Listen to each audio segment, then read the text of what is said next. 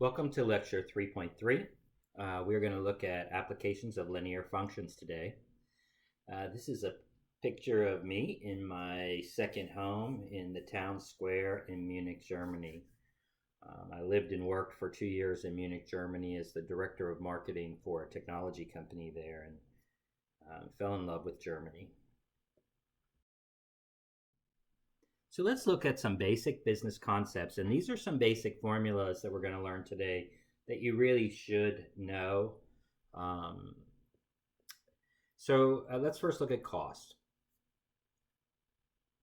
Notice that fixed costs are for such things as buildings, machinery, taxes, design. Within broad limits, the fixed cost is constant for a particular product or even a service, and it doesn't change as you make or sell more of your item or more of your service. Okay, and these are the things you have to pay for whether your store is open. For example, you still have to pay for the electricity that's burning, you have to pay the rent, whether your store is open or not. Variable costs are the things that are directly related to your product or service, that if you're not offering the product or service, there is no cost there. So these might be the labor to make it or to sell it, the materials to create it, any shipping, etc. You're not going to pay shipping until you're actually sending something to a customer. So fixed costs are always there. It's independent roughly of selling or making a product. And variable costs are the ones that are directly tied to offering the product or service or creating the product or service. Okay? So our total cost is a combination of these. It's the sum of these. Our total cost is going to be the sum of all of our fixed costs plus all of our variable costs. And in this first model, we're going to look at a linear model for cost. Okay? So remember, our linear equation is mx plus b. Okay, y equals mx plus b. But since we're doing a formula here, or a function for cost, our cost is going to be mx plus b, m being the slope, and the b was our y-intercept, or the value of y when x equals 0. Okay, so if we think of x being the number of items that we're making or selling, or perhaps the number of units of service. Maybe I'm an accountant and I bill by hour. X would be the number of hours of service I offer. Well, that slope, or M, is our variable cost per item. So if I'm an accountant and I charge $100 per hour, then the slope, or M, would be $100. Okay? That fixed cost, or when X is 0, when I'm not offering my service or not selling my product, X would be equal to 0, and our cost would be just our fixed cost, or B in this example, or this formula. Okay? Very, very important through this course and on tests. Often you are given the total cost, but the question is to find the average cost. Okay? So if that's the case, if you're given the total cost and you need to find the average cost, you need to divide the total cost by the number of items. If you're talking about formula, the number of items, remember, is x. So we'd have our total cost formula divided by x. Vice versa, if you're given the average cost and you want to find the total cost, you multiply that by the number of items. So if we were given a formula for average cost and we wanted a formula for total cost, we would multiply that by x, because x is the number of items or service units. There we go. Again, you can pause this and watch it again. That's the value of it. All right. Now it's asking us the same problem. We've got our formula there. I've carried it over from before. Find the average cost of producing 100 and 1,000 units of the drug. Remember, our average cost is equal to the total cost divided by the number of items. Well, the first thing we could do is we could actually find a formula for that. Okay, I'm going to do this both ways. We're going to use this formula and just plug in the numbers and find the average cost for 100 and 1,000. Or we could find the formula. Remember, the average is the total divided by the number, and you know this. If you're looking for your test average, you add up all your test scores and divide by the number of tests. So this is nothing new. So this is our total cost divided by x, which is our total cost, remember, is 10x plus 500 divided by x. Now here's where the large number of students make a mistake. They see an x in the numerator and they see an x in the denominator and they cancel it out and they get 510. This is inaccurate because you've got to divide the x into both terms or all terms in the numerator. So this is 10. It's just like distribution. Just like if you had an x outside and we're multiplying, you would multiply it times the 10x and you would multiply it times the 500. Here we're going to divide the 10x by x and we're going to divide the 500 by x. This is distribution with division. You're very comfortable doing distribution with multiplication, but somehow with fractions you get freaked out. All right? And so notice our average cost formula is 10x over x. Here the x's now cancel out and we get just 10 plus 500 over x. All right?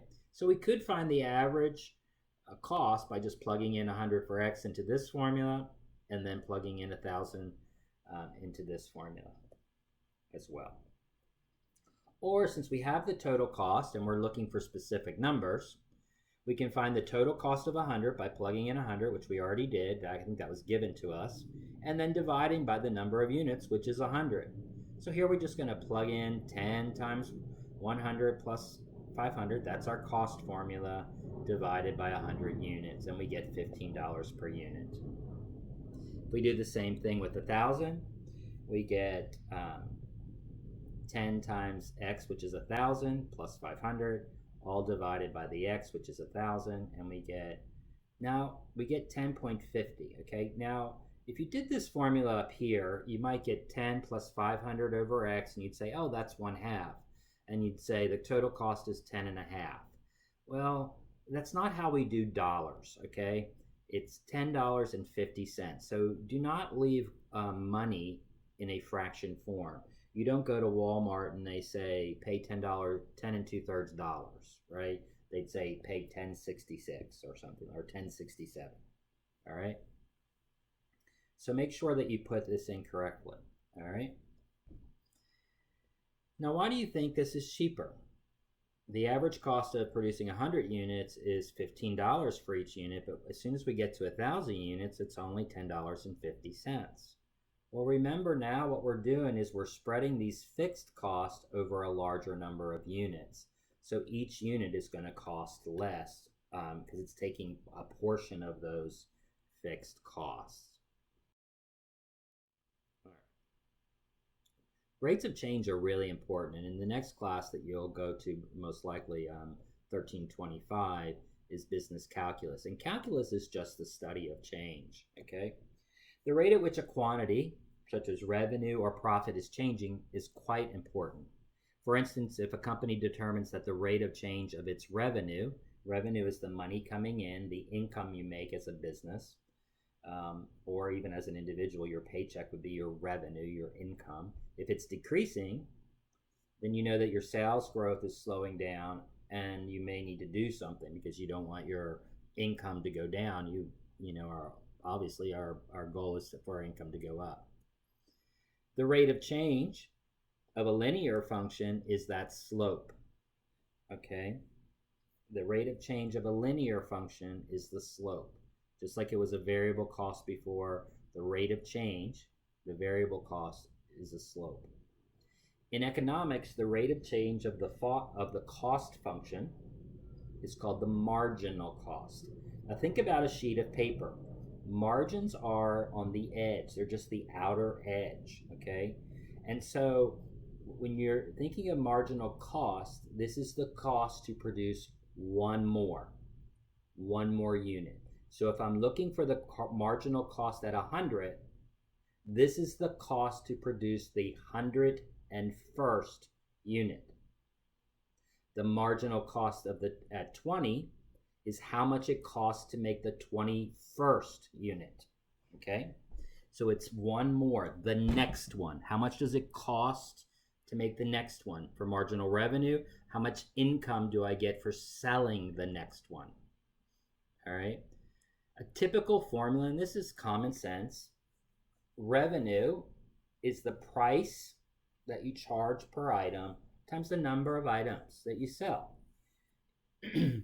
If I'm a coffee shop and I charge $2 per coffee and I sell 100 coffees, then $2 times 100 is $200, and that is the income or the revenue that my store makes on those sales.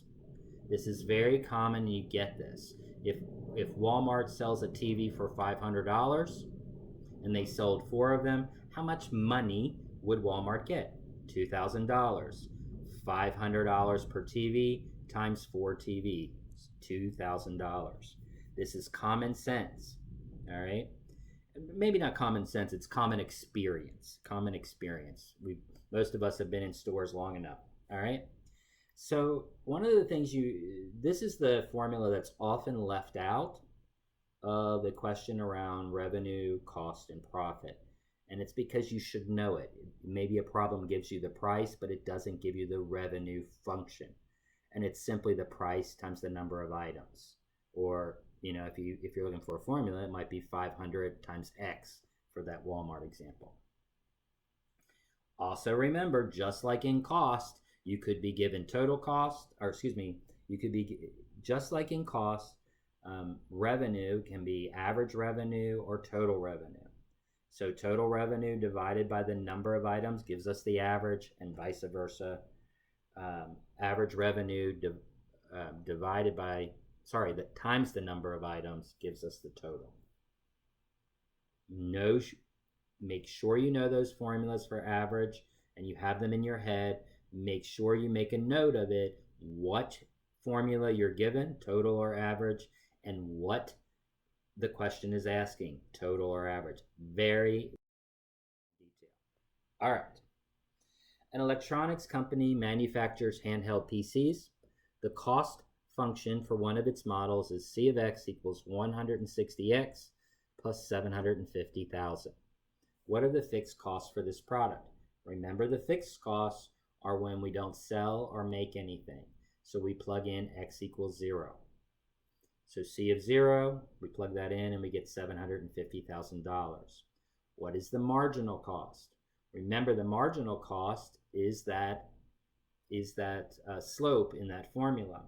Okay, this is the unit cost per item. So the marginal cost is 160. Remember, mx plus b, and in this case m is 160, the multiplier in front of x, and this is our marginal cost.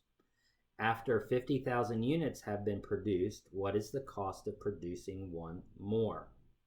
Well, the cost of producing one more in a linear model is the same. The marginal cost is the same as the unit cost. But we could figure this out because we're trying to figure out how much it costs to make the 50,001 unit. So the cost of producing 50,000 units, we plug in 50,000.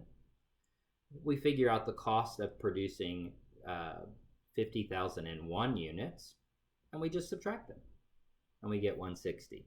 Okay.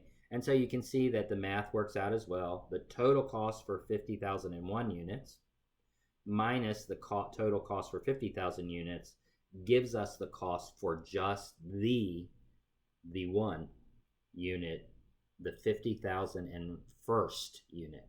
Notice this formula here is the cost of all of the units, 50,001 units total.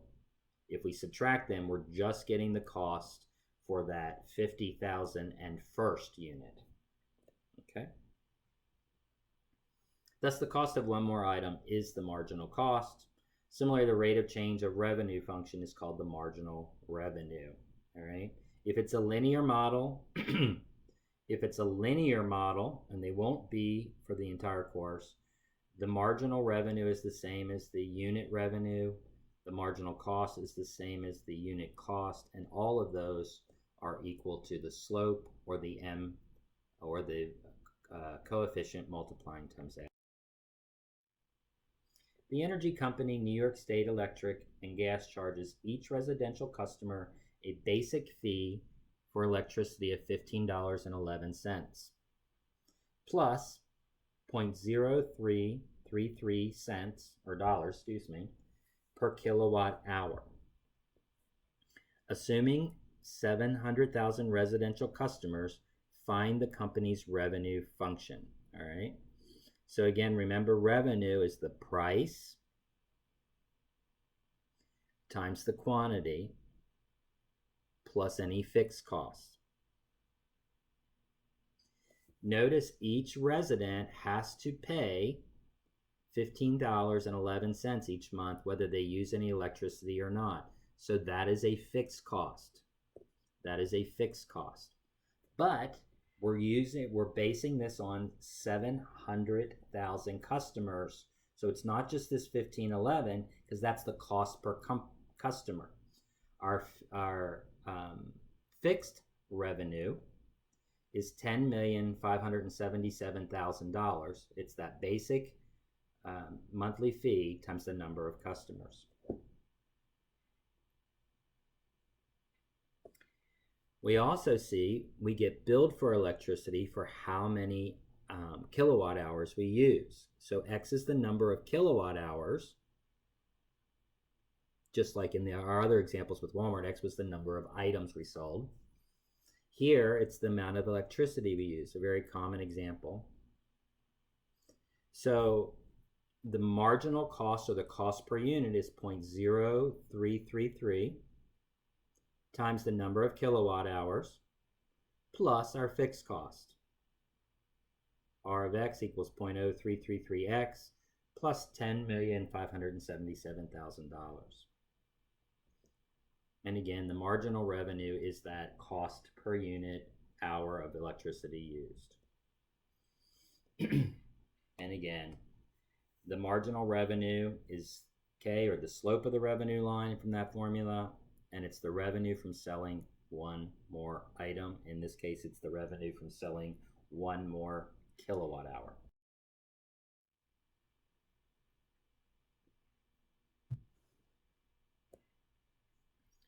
The formula that you see in the top right corner, profit equals revenue minus cost, is very important. It is the most fundamental basic formula for business. Profit equals revenue minus cost. Profit is the money you have left over at the end. Profit is, if it's positive, you have made money. If it's negative, you have lost money. Okay, it's still considered profit, but you may have a negative profit, which another word for it is loss. Remember that revenue is your income, the money that you take in, minus the money that you expend. It's the same for your own life. Let's say you have a job. Your revenue would be your paycheck minus any of the costs you have, okay? At the end of the month, after you've paid for rent and food and gas and any other incidentals, if you have money left over from that paycheck, that would be your profit for the month, okay? If you've overspent it all, your profit would be negative and you have a loss for the month, okay? A typical company must analyze its cost and potential market for its product to determine when or even whether it will make a profit, okay? A company can only make a profit if the revenue, if its income exceeds the cost or expenses. The number of units at which revenue equals cost, that is, profit is zero, right? If revenue equals cost, revenue and profit is revenue minus cost. If these are the same, a number minus itself equals zero. So the break-even point is when profit equals zero, or when revenue equals cost. The break-even point is when profit equals zero, or when revenue equals cost. We're going to look at this technology tip later, but you can find it if you have two formulas. If you have a formula for revenue and you have a formula for cost, you can graph both of those on your calculator, and you can use the calc function, which is the top button on the right, the second one in. It's the blue function above the trace key. And if you can see both graphs and where they intersect in your window on your calculator, you can find that intersection point and you'll have the x and the y value there. Okay, so let's look at a problem. A company manufactures a 42-inch plasma HD TV that sells to retailers for $550. The cost of making X of these TVs for a month is given by the cost function C of X equals 250X plus 213,000. All right, so we're given a cost function. We want to find the revenue function from selling X TVs. Notice we weren't given anything here, and what does revenue equal? Do you remember that simple formula? The one that you know from your common experience. If a TV sells for $550 and I sell 2 of them, what's my revenue? If my TV sells for $550 and I sell X of them, what's my revenue? Remember that revenue is the product of price for an item and the number of items. So this is a very simple answer to A. R of X, or the revenue for X TVs, is 550 times X. Okay, what is the revenue from selling 600? Well, that's also very simple. We just plug in X equals 600 and do the math. Find the profit function, all right? You need to have this in your memory. Profit equals revenue minus cost. We now have a revenue function. We were given the cost function, so we do the math. Now be careful here. The most common mistake is that students do not put the entire cost function in parentheses, and so forget to distribute the negative, the minus. So this is 550x minus 250x minus 213,000. The most common answer I see is 300x plus 213,000, which is wrong. When you're doing formulas and you're subtracting, you've got to put the entire formula in parentheses. So what is the profit from selling 500 TVs? We use the formula we just came up with for profit, plug in the 500, and we get negative 63,000, which is actually a loss of 63,000. So you could say the profit is negative $63,000, or you could say it's a loss of, the profit is a loss of 63,000. You would not say it's a loss of negative 63, because then it's like a double negative.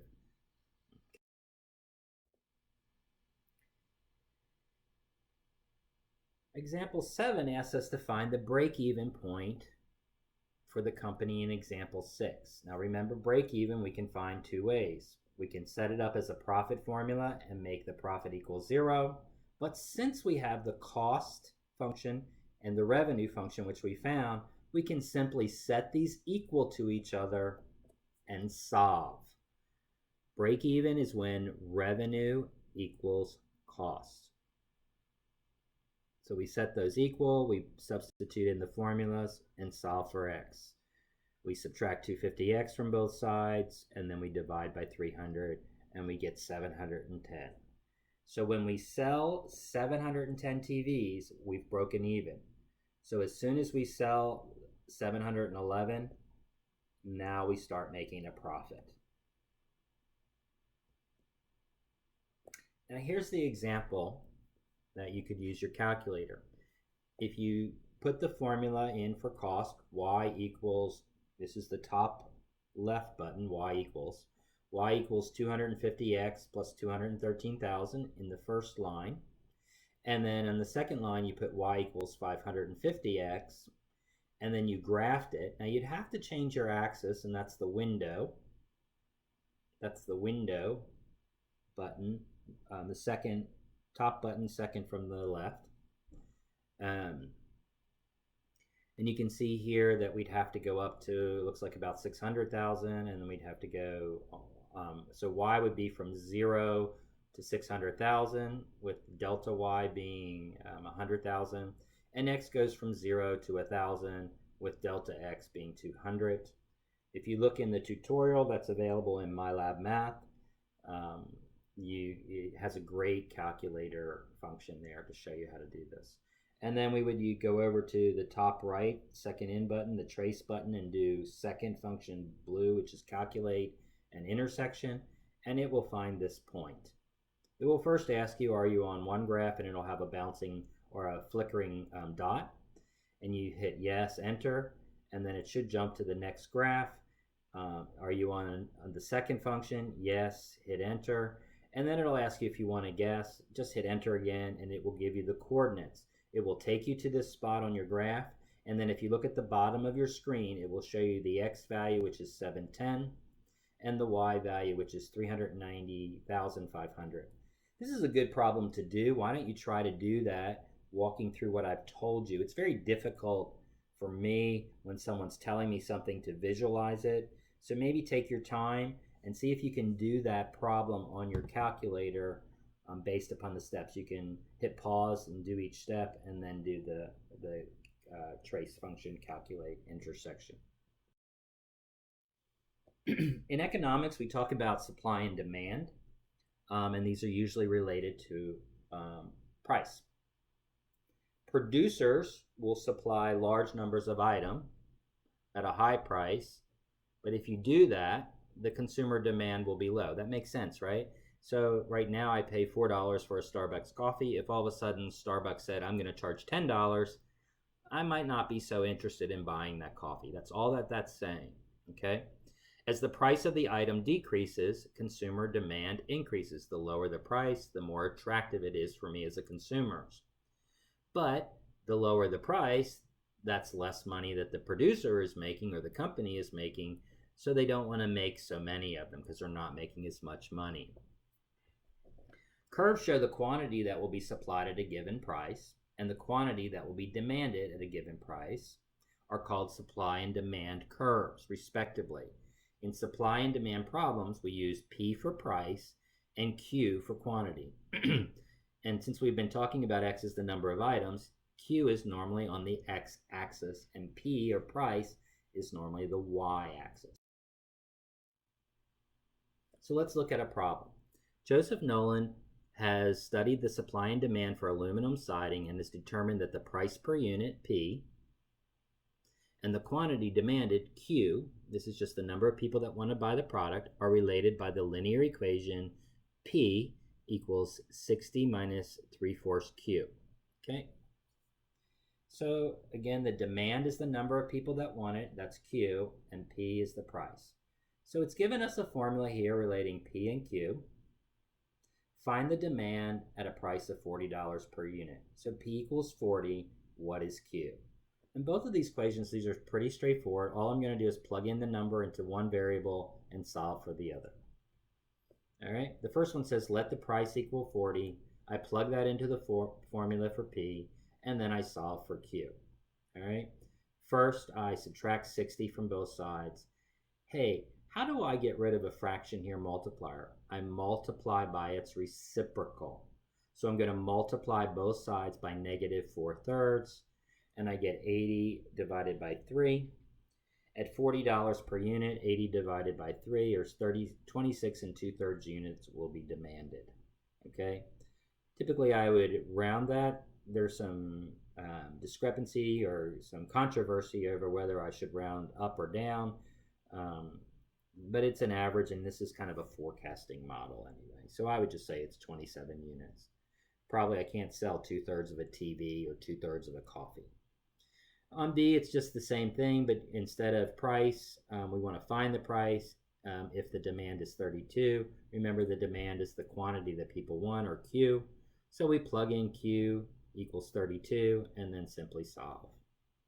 Okay, I'm not going to go through this. This is pretty straightforward. This is the simplest type of problems.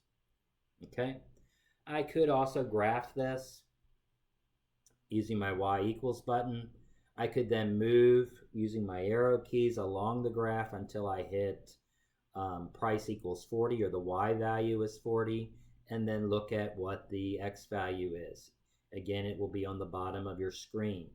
If you use the arrow keys on your calculator, it will move you along the curve. For part B, I could go along the curve until I hit the X value is 32. That's right here. And I would see that the Y value is 36, and this would be again at the bottom of my screen. So I can use my calculator to solve these too. Of course, I'd be putting y equals 60 minus 3/4 q.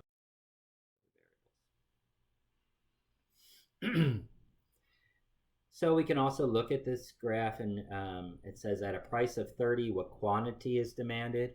So if I continue going on to the price of 30, here's my price of 30. I'm going to go, this is the y value is 30, go over to the graph where it crosses 30, and I can see that q equals 40. Okay, so the quantity demanded when the price is 30 is 40. At what price will 60 units be demanded? I go along the x-axis because quantity is the number demanded. I go up at q equals 60 until I find the graph, and it looks somewhere around 15.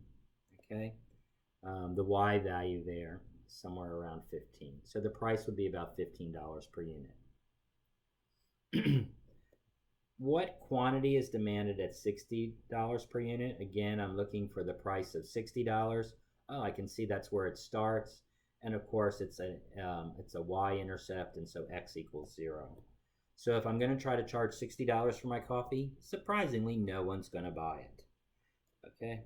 So these are very common tools in business forecasting, supply and demand, and pricing strategies.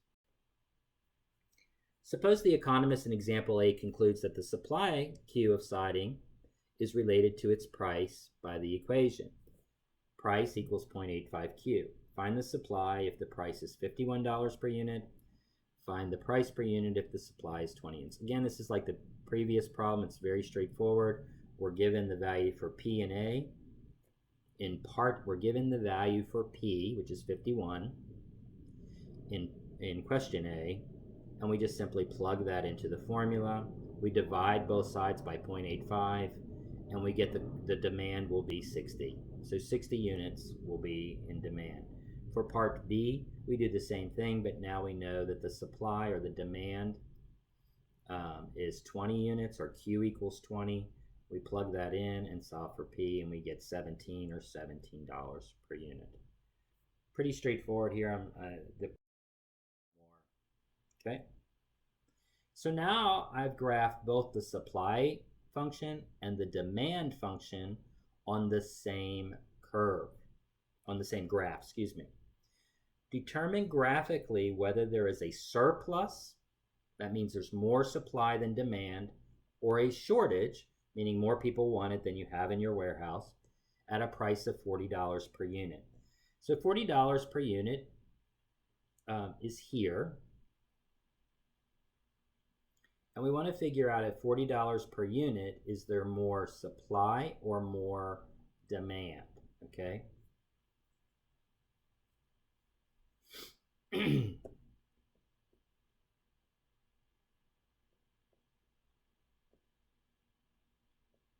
So we go across at $40 per unit, and we go all the way over to the supply curve. And so we, at the supply curve, if we had if we had made so many units, we can see that the demand curve is below it. Okay, the demand curve is below it. So this means that we would have a surplus of supply. We would have more supply than demand, right? So at $40, this is how many units the company is going to make. We have to wait and see how many they're going to make. And at that unit, there's less demand than there is supply, so we have extra supply. Supply and demand are equal at the point where the supply curve intersects the demand curve. This is this intersection point right here at about, looks like about 38 or so. This is called the equilibrium point. The equilibrium point has the equilibrium quantity as its x value and the equilibrium price as its y value. Okay? So equilibrium quantity is the x value of the intersection. Equilibrium price is the y value of the intersection. Okay? In the situation described in examples 8 through 10, what is the equilibrium quantity? What is the equilibrium price? Okay? So again, we could graph both of these curves. Y equals 60 minus 0.75 Q, Y equals 0.85 Q. Use the trace function and find the intersection, and that would give us the X and Y value, X being the quantity, Y being the price. Okay, so that's one way to do it using your calculator, and I highly recommend you figure out how to do that using the tutorial or contacting me or a tutor. But we know that these have, because they have the same point, it's where they intersect, so these values have to be the same. The price are the same and the quantity is the same. Since both demand and supply equations are defined in terms of price, we can set these equal because the price has to be the same where they intersect. So we just set these two formulas equal. The supply equals demand for the equilibrium, and then solve for Q. Okay, so we get here that the Q equals, when we set these equal, and add 0.75 Q to both sides and then divide by 1.6, we get 37.5 units is the demand. Okay, we plug that back into either of the price equations originally given, and we'll find the equilibrium price. Okay, now we should round here because a price is a dollar and cent thing, and we should round to 2 units.